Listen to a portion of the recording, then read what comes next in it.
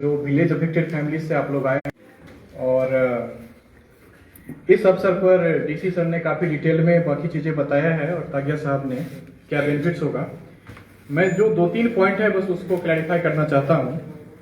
पहला, एक जो डी रिजर्वेशन वर्सेस डाइवर्जन का एक कंफ्यूजन रहता है लोगों में। डाइवर्जन अलाउड है कि अगर कोई आरएफ एरिया है, प्रोटेक्टेड एरिया है, तो डाइवर्जन कर सकते हैं, मतलब उस लैंड का यूज चेंज हो जाता है कुछ टाइम के लिए। आरएफ में यूजुअली आप कुछ नहीं कर सकते हैं, पेड़ नहीं काट सकते हैं, एग्रीकल्चर नहीं कर सकते, हॉर्टिकल्चर नहीं कर सकते, फिशिंग नहीं कर सकते, इनफैक्ट आप वहां से मिट्टी भी नहीं ले सकते बाहर उस एरिया से, इतना स्ट्रिक्ट लॉ होता है। लेकिन जब आप उस एरिया को डाइवर्ट करते हैं, डाइवर्जन करते हैं, forest conservation act now VSES से कहते हैं, वन संरक्षण एवं संवर्धन अधिनियम, तो उसका हम किसी दूसरे पर्पस के लिए यूज का हम परमिशन मांगते हैं भारत सरकार से। भारत सरकार अलाउ करती है तो हम करते हैं, जो इस केस में हो रहा है कि DHO-RF का जो एरिया है उसका डाइवर्जन हुआ है और उसको हम डैम के यूज के लिए कर सकते हैं, ऐसा परमिशन भारत सरकार की तरफ से मिला है। अब जो डी रिजर्वेशन है उसका मतलब होता है कि वो एरिया RF होगा ही नहीं।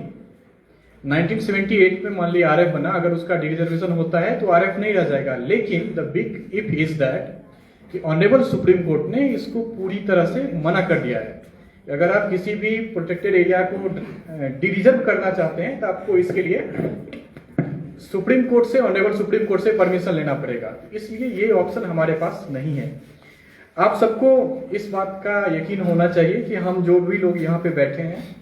आपके दुख, आपके दर्द को हम समझते हैं। हम भी चाहते हैं कि जितना पॉसिबल हो सके उतना हम आपकी मदद कर पाएं, आपकी समस्या का समाधान कर पाएं। बस एक चीज इशू होता है कि हमारा हाथ भी कानून से बंधा होता है। हम ऐसा कोई काम नहीं कर सकते हैं जो कि कानूनी रूप से परमिसिबल नहीं हो। तो जो डी रिजर्वेशन का ऑप्शन है वो परमिसिबल नहीं है। द मोमेंट कोई भी लैंड फॉरेस्ट, रिजर्व फॉरेस्ट बनता है, वो प्रॉपर्टी गवर्नमेंट की हो जाती है, भारत सरकार की हो जाती है। उसमें किसी भी इंडिविजुअल का ओनरशिप नहीं रह जाता है। इसलिए उस लैंड पे किसी प्राइवेट आदमी को, किसी कम्युनिटी को कोई कंपनसेशन नहीं दिया जा सकता है। ये सेटल्ड लॉ है।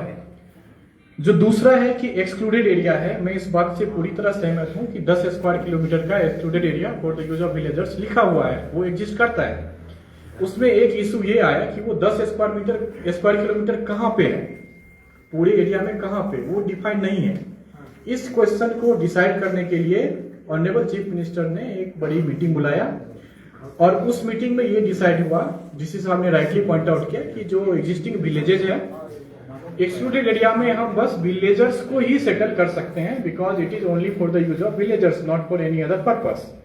तो वो क्वेश्चन भी पूरी तरह से सेटल्ड है। जो थर्ड पॉइंट मैं आपको बताना चाहता हूं, तागिया साहब ने, डीसी साहब ने, क्या बेनिफिट होगा हाइड्रो पावर प्रोजेक्ट से, लोगों को रोजगार मिलेगा, इंफ्रा डेवलप होगा, वो सब चीजें बताया है। मैं एक पॉइंट जो हम सब मिस कर रहे हैं, और ये मैं इसलिए बता रहा हूं कि मैं कुछ दिन पहले ही गुवाहाटी गया था, वहां एक सेमिनार था व्हाइट बेड हेरॉन पे, तो उस पर कलाई टू भी डिस्कस हुआ कि जब ये डैम बन रहा है तो उससे इन्वायरमेंटल पॉइंट ऑफ व्यू से, पर्यावरण पॉइंट ऑफ व्यू से क्या रिपरकशन हो सकता है। तो आप जानते हैं कि जो हमारा देश है, उस हमारे बगल में एक हमारा जो पड़ोसी है वो चाइना है। जो ये रिवर है वो तिब्बत से ओरिजिनेट होता है। अपर रिपेरियन कंट्री जो है वो तिब्बत है, चाइना है। वहां से जो रिवर फ्लो होता है, अगर वो उस वाटर को डाइवर्ट कर देता है तो आपका नदी सूख जाएगा ना। आपके नदी को इकोलॉजिकल फ्लो, हम टेक्निकल टर्म में बोलते हैं, E flow, environmental flow, ecological flow, वो मेंटेन करने के लिए बस एक ऑप्शन बचता है, वो ये कि आप भी डैम बनाइए कि जब बारिश का मौसम है, जब ज्यादा पानी आता है, कि आप पानी को यूज करिए सो दैट रिवर में इन्वायरमेंटल फ्लो बनी रहे, ताकि ये रिवर सूखे नहीं। अगर ये रिवर सूखती है, पानी नहीं रहता है,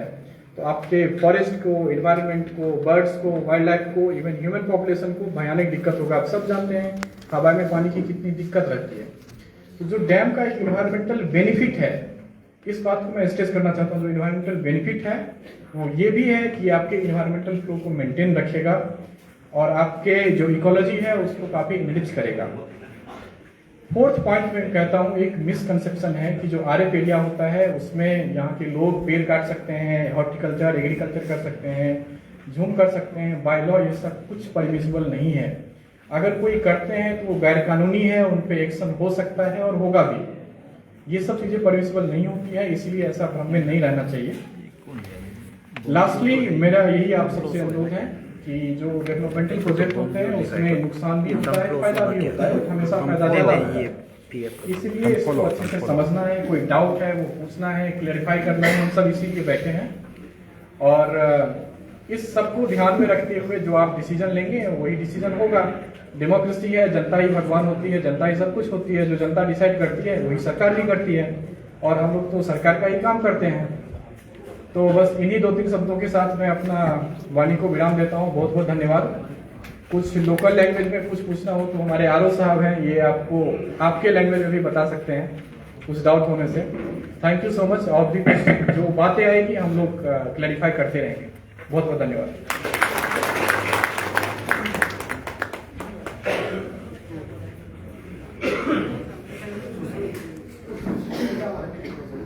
बिलाय इसमें से बोलेगा उसको दे।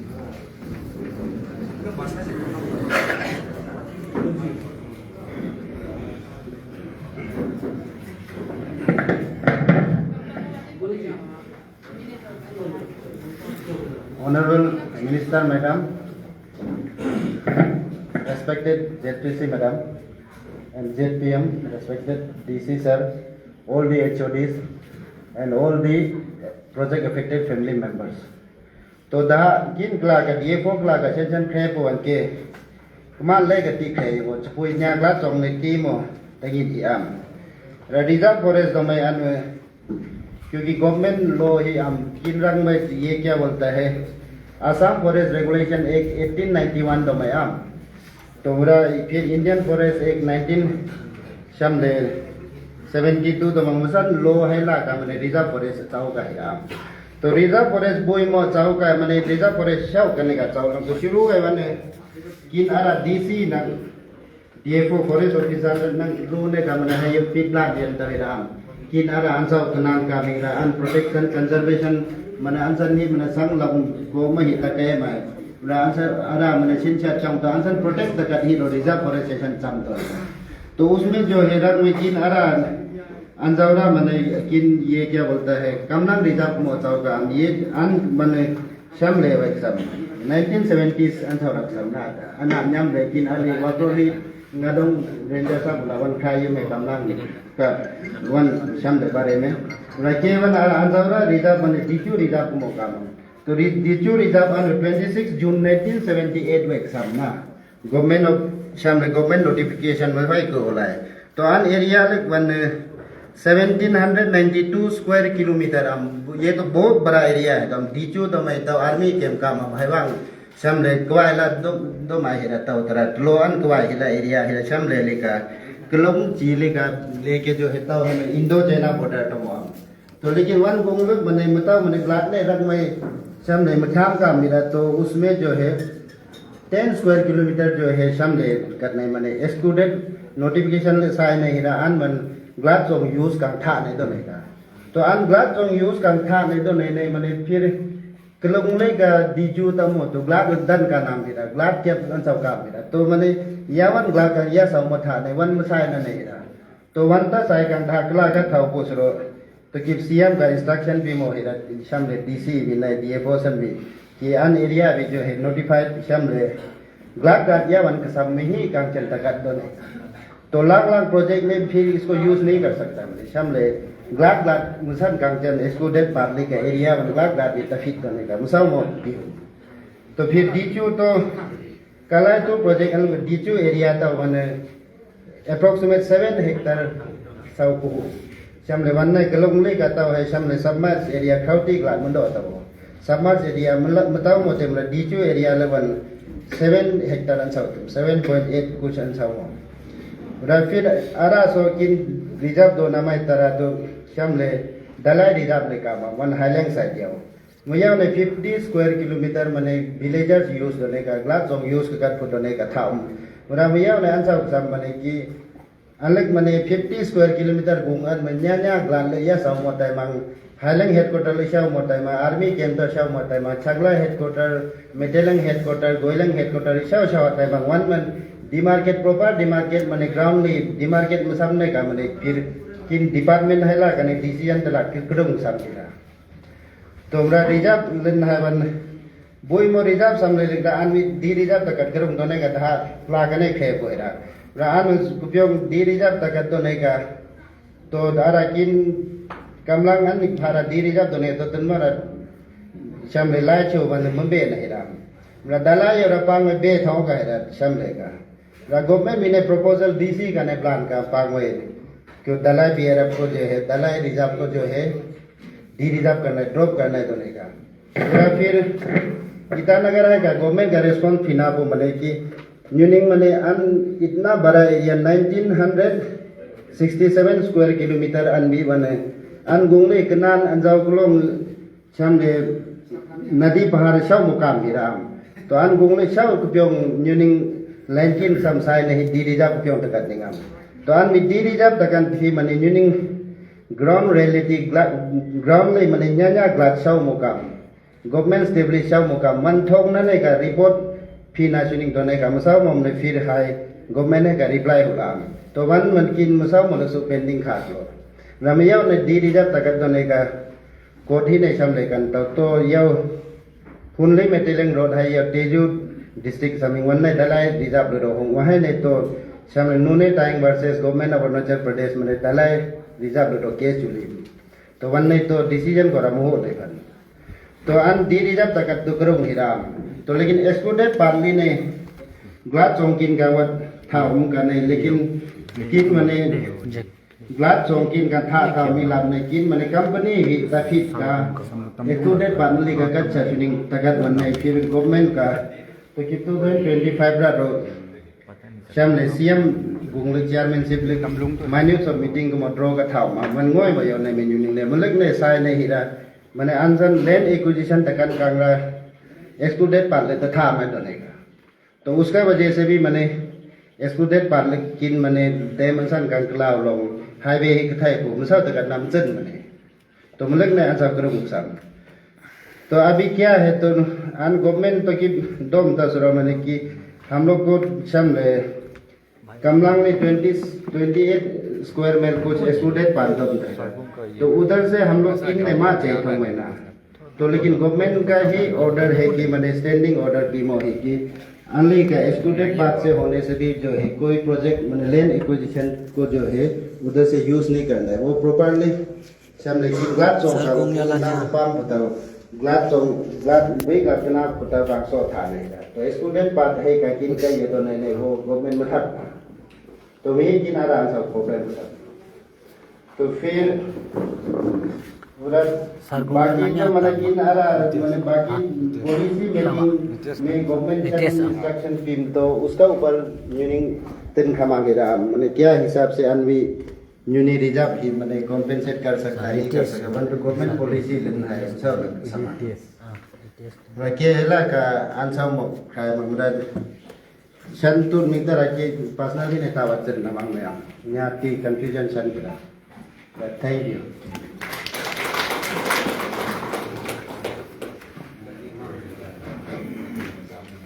आज का इस मीटिंग में हमारा जो क्योंकि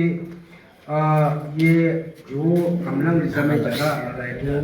तो कामलांग रिजर्व जो है जो डिविजनल फॉरेस्ट जो है नामसाई डिवीजन का अंडर आता है तो अभी हमारा बीच में नामसाई का डीएफओ तो नहीं आया बट हमारा यहाँ पे एक रेंज फॉरेस्ट ऑफिसर आया है नामसाई डिवीजन से मैं उनको रिक्वेस्ट करूँगा कि थोड़ा ये बता दें हमारा पब्लिक को ना रिजर्व करने का मिसनी भाषा से बोलने से अच्छा है अपना डायलॉग से बोलने से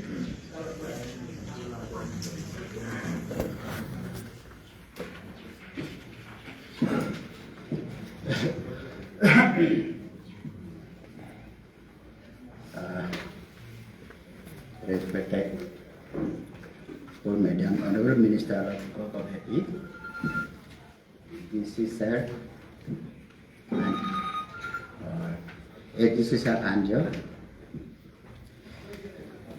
Depo Angel, Jekdam Masongji, Jila President Chairperson, Miki Madam Ji, Hydro Power Officials, Project Affected Chairman Bihan Support, Secretary Bihan Support, and all my lovely villagers. तो मैं रेंज ऑफिसर तौर पर मैं वाकरो में हूँ उपस्थित कि एमानुअल ससंगाडोंग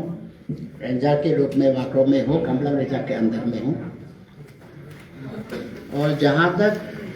मैं रिजर्व के विषय में मेरे पास जितना तक नॉलेज है, आपको मदद करने के रिजर्व से मदद करने का तरीका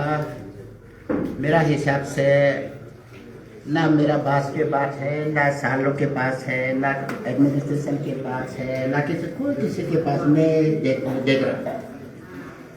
हमारा जो कमलम रिजर्व जो डिक्लेयर किया गया है वो 1951 को था, नोटिफिकेशन दिया गया था। तो नोटिफिकेशन के मुताबिक अभी ये पूरा एरिया कोभार जो है लाठी तक पूरा ये कोभार के अंदर आ रहा है, रिजर्व के अंदर है कमलम रिजर्व। पहले क्या गलती कर दिया, ना गलती नहीं किया, ना क्या है वो हमें पता नहीं है, लेकिन हम तो फॉलो करने वाला है रूल्स, जो ऑर्डर आने के अलावा गवर्नमेंट ऑर्डर को फॉलो कर रहा है, रिजर्व को मेंटेन कर रहा है। और उसी रिजर्व को मेरा पास अगर कोई उसे सुपरसीड का, जब तक उसी ऑर्डर को सुपरसीड ऑर्डर नहीं आ जाता है तो हम उसी को ही हम मेंटेन रखना पड़ता है, रिजर्व को डिक्लेयर में रखना पड़ता है। अगर मेरा स्टेज में रेंजर के लेवल में हो, डेगू का लेवल में हो या कोई पीसीसीएफ के लेवल में, स्टेट में उनके पास कोई प्रोविजन है छेड़छाड़ करने के लिए उसी जो नोटिफिकेशन को, तब तो आराम से मदद कर सकता है। अभी हम लोग के पास लेवल में हर स्टेज में हम लोग का ऑफिसर डिपार्टमेंटल के नॉर्म्स में इसमें कोई प्रोविजन नहीं है रिजर्व हटाने के लिए या कोई प्रोविजन छेड़छाड़ करने के लिए मेरा कोई प्रोविजन नहीं दिया गया है। तो इसलिए मैं आप सभी से यही निवेदन करूंगा कि डिपार्टमेंट को जो भी तौर तरीका से हम लोग स्टेट लेवल का सब्जेक्ट नहीं है, ये सेंट्रल सब्जेक्ट का है, तो सेंट्रल सब्जेक्ट को जो भी हम तौर तरीका से उधर से जब से अप्रोप्रिएट सुपरसीड उधर से नहीं आ जाता है तो हम लोग को वही बरकरार रखना पड़ता है। तो इसलिए इसमें कोई किसी का भूल, मेरा भी भूल नहीं है, कोई मिनिस्टर लोग का भूल नहीं है, कोई मैडम लोग का, कोई ऑफिशियल स्टाफ वगैरह, कोई किसी का ऐसे ब्लेम नहीं है। पहले क्या जरूरत से बनाया गया है, क्या तौर तरीका से बनाया गया है, क्या सिस्टम में बनाया गया, हम लोग तो केवल ऑर्डर है, रिजर्व है वो। तो रिजर्व में क्या एक्टिविटीज करना है, जो क्या वगैरह वगैरह एक्टिविटीज प्रोजेक्ट, जैसे अभी आप सबसे बंधक तो रिजर्व में फंसा हुआ है, हम सब जानते हैं, और उसी को रिजर्व को हम लोग हिला नहीं सकता है। हम लोग ज्यादा से ज्यादा ये एक तो बोलेगा आपको मदद कर सकता है, आप जो भी प्रोसीजर करेगा आपका हेल्प में जो भी प्रोविजन है मेरा पास, आपको पेपर शेयर करना हो, जो तौर तरीका में कैसे शेयर करना है, पेपर प्रोवाइड करने के लिए आप मांगेगा, हाँ कुछ हद तक प्रोविजन के अंदर में हम लोग सपोर्ट कर सकता है। बाकी हमारा पास कोई सब्जेक्ट नहीं है सब्जेक्ट के अंदर में। तो इसलिए मैं वही सब धंधा वही फंसा हुआ है, मैं सब समझ रहा है यहाँ में इसी सब्जेक्ट के विषय में, जो भी एक्टिविटीज में जो भी काम जो कर रहे हैं उसी में फंसा।